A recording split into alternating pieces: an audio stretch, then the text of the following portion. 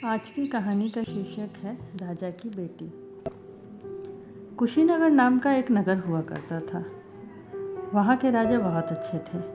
वहाँ के राजा का नाम कृष्णदेव सिंह था और उनकी रानी का नाम भानुमती।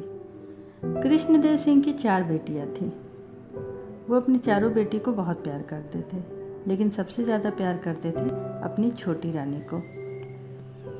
चारों बेटियों में रूपवती, लाजवती, लीलावती और विष्णुप्रिया थी। तीनों बहनों से विष्णुप्रिया की स्वभाव बहुत अच्छी थी। वो समझदार थी, उसमें घमंड नहीं था।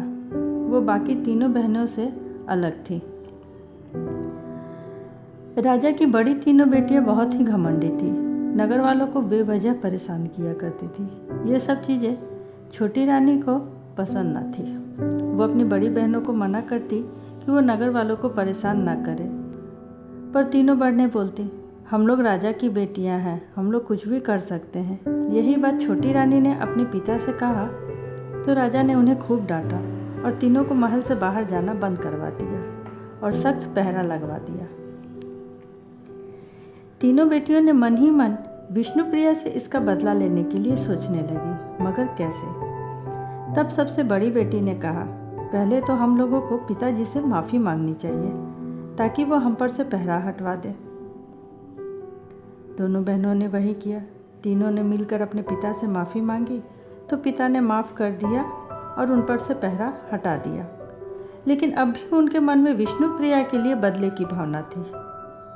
वो सोचने लगी कि आखिर विष्णुप्रिया से बदला लिया जाए तो कैसे। तब तीनों ने एक तरकीब निकाली।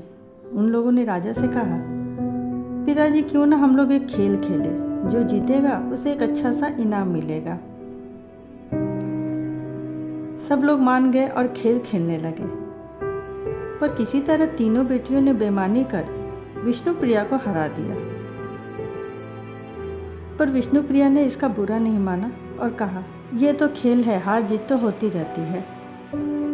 राजा विष्णुप्रिया की बात सुनकर बहुत खुश हुए और उसे इनाम भी दिया। इसे देख तीनों रानियां फिर से जल भुन गई। एक दिन तीनों बड़ी रानियों ने महल में चोरी करवाया और इल्ज़ाम विष्णुप्रिया पर लगवा दिया। पर राजा और रानी ये बात मानने को बिल्कुल तैयार ना हुई। पर उन लोगों ने छोटी रानी के खिलाफ सबूत दिखाते हुए कहा तो राजा को भी मानना पड़ा। विष्णुप्रिया इसे अपना नसीब समझकर चुप हो जाती है। तब बड़ी तीनों रानियां कहती हैं, पिताजी इसे महल से निकलवा दीजिए और इसकी शादी किसी गरीब भिखारन से कर दीजिए। राजा ने इसका बड़ा विरोध किया, पर भानुमती ने कहा, जब घर में ही चोर हो तो हम नगरवासियों की देखरेख कैसे कर सकते हैं। यह कहकर विष्णुप्रिया को महल से निकाल दिया गया और उसकी शादी एक ऐसे इंसान से कर दी गई जिसे कोढ़ की बीमारी थी। राजा दिल पर पत्थर रखकर वही किया जिसे रानियां कहती गईं और छोटी रानी ये सब कुछ सहती गई। विष्णुप्रिया की शादी हो जाने के बाद उसका जीवन बड़ा कष्टमय हो गया। वो अपने पति को पीठ पर लादे दिन भर इधर उधर भीख मांगती थी और अपना जीवन व्यतीत करती थी। इसी तरह कई साल बीत गए। एक दिन उसका पति ये सोचकर बड़ा दुखी था कि मेरी पत्नी मेरी वजह से बहुत परेशान रहती है। उसने अपनी पत्नी से कहा, तुम मुझे छोड़ दो और किसी और से शादी कर लो। तुम बहुत सुंदर हो, तुम्हें कोई भी पसंद कर लेगा। पर उसकी पत्नी ने मना किया और कहा, मेरे माता पिता कहते थे कि जहाँ पति है वहीं उसका घर है। एक दिन भीख मांगते मांगते विष्णुप्रिया थक जाती है और विष्णुप्रिया और उसके पति एक पेड़ के नीचे बैठ जाते हैं और सोचने लगते हैं कि आगे के दिन कैसे कटेंगे। तभी वहाँ एक साधु आता है। उसने दोनों को उदास देखकर पूछा, तुम लोग उदास क्यों हो। तब दोनों ने अपनी बात बताई। तब साधु ने कहा, यहाँ पास ही में एक नदी है, अगर तुम लोग सच्चे हो तो जाओ उस नदी में स्नान करो, तुम्हारे सारे रोग और सारे क्लेश मिट जाएंगे। ये बोलकर साधु वहाँ से चला गया। विष्णुप्रिया भी अपने पति से बोली, मैं तुम्हारे लिए कुछ खाने को ले आती हूँ। वो बोलकर चली गई। विष्णुप्रिया का पति, जो कि कोढ़ी था, वो किसी तरह घिसक घिसक कर नदी के तट तक गया और उसने एक पैर पानी में डुबोया। तब उसने देखा उसके पैर का कोढ़ ठीक हो गया है। उसने नदी में डुबकी लगाई तो उसके शरीर का सारा कोढ़ ठीक हो गया और वो एक सुंदर राजकुमार बन जाता है। थोड़ी देर में विष्णुप्रिया भी वहाँ आ जाती है और अपने पति को ढूंढने लगती है। वो इधर उधर भटकने लगती है और स्वामी स्वामी करके आवाज़ देने लगती है।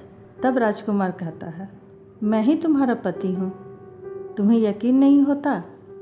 तब विष्णुप्रिया ने कहा कि नहीं नहीं, मेरा पति इतना खूबसूरत तो नहीं था। तब राजकुमार ने अपने बाईं हाथ की छोटी उंगली दिखाई जिस पर अभी भी कोढ़ था। राजकुमार ने कहा, मैं जानता था तुम मुझे देखकर यकीन नहीं करोगी, इसलिए मैंने अपने बाईं हाथ की छोटी उंगली पानी में नहीं डुबोया था। रानी मान गई कि ये उसी का पति है। तब राजकुमार ने अपनी कहानी बतानी शुरू की कि मैं जन्म से ही ऐसा नहीं था। मैं कुशीनगर के पड़ोसी राज्य का राजा हूँ। तब मैं बहुत निर्दयी और अत्याचारी राजकुमार था। मैंने एक साधु की तपस्या में विघ्न डाला था, जिससे गुस्सा होकर साधु ने मुझे कोढ़ होने का श्राप दे दिया था। अपने ही राज्य में मैं भीख मांगता तो लोग मुझे पहचान जाते और मुझे कोई भीख भी नहीं देता। इसलिए किसी तरह मैं कुशीनगर आकर भीख मांगने लगा। जिस साधु ने मुझे श्राप दिया था उसने ये भी कहा था कि अगर ये राज मैं पहले भी किसी को बता देता हूँ तो मैं कभी ठीक नहीं हो पाऊंगा। और साधु ने उसने ये भी कहा था कि तुम्हारी पत्नी की सेवा और निष्ठा से ही तुम श्राप मुक्त हो जाओगे। दोनों पति पत्नी अपने राज्य लौट गए और राज्य में जाकर खुशी खुशी राज्य करने लगे। ये खबर विष्णुप्रिया के पिता यानी कुशीनगर के राजा को जब इस बात का पता लगा तो उन्होंने विष्णुप्रिया और उसके पति को अपने महल बुलवाया। दोनों बेटी और दामाद अपने पिता के नगर कुशीनगर गए। तब कुशीनगर के राजा ने अपनी तीनों बड़ी बेटियों के बारे में बताया कि उनकी भी शादी हुई, पर बुरे व्यवहार के कारण उनके पतियों ने उन्हें महल से बाहर निकाल दिया और वो तीनों पिता के साथ कुशीनगर में ही रहती है। छोटी रानी ने अपनी तीनों बहनों के पतियों से माफ़ी मांगी और ये वचन लिया कि वो उन्हें माफ़ कर दे तो वो आगे से ऐसी कोई हरकत ना करेंगी जिससे उनके राज्य और कुशीनगर की बदनामी हो।